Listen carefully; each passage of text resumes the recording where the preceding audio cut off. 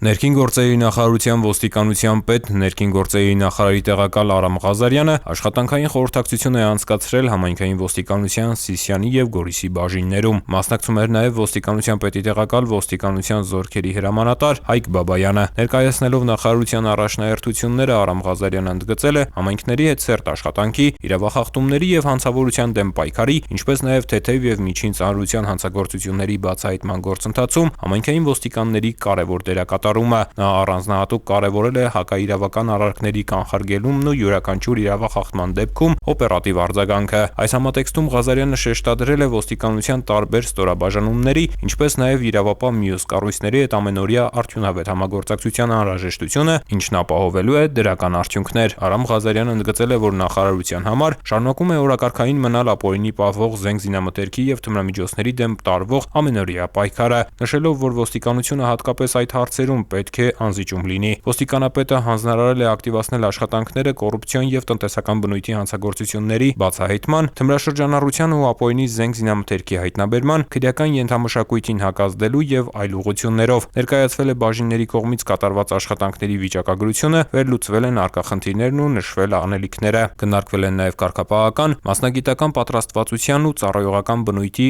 այլ հարցեր։ Արամ Ղազարյանը հանդիպել է նաև ոստիկանության զորքերի ծառայողներին, որոնք սահմանային պահակակետերում իրականացնում են շուրջօրյա հերթապահություն, ծանոթացել ծառայողական պայմաններին և տվել հանձնարարականներ, առանձնակի կարևորելով կարգապահության և մասնագիտական գիտելիքների բարձրացման հարցերը։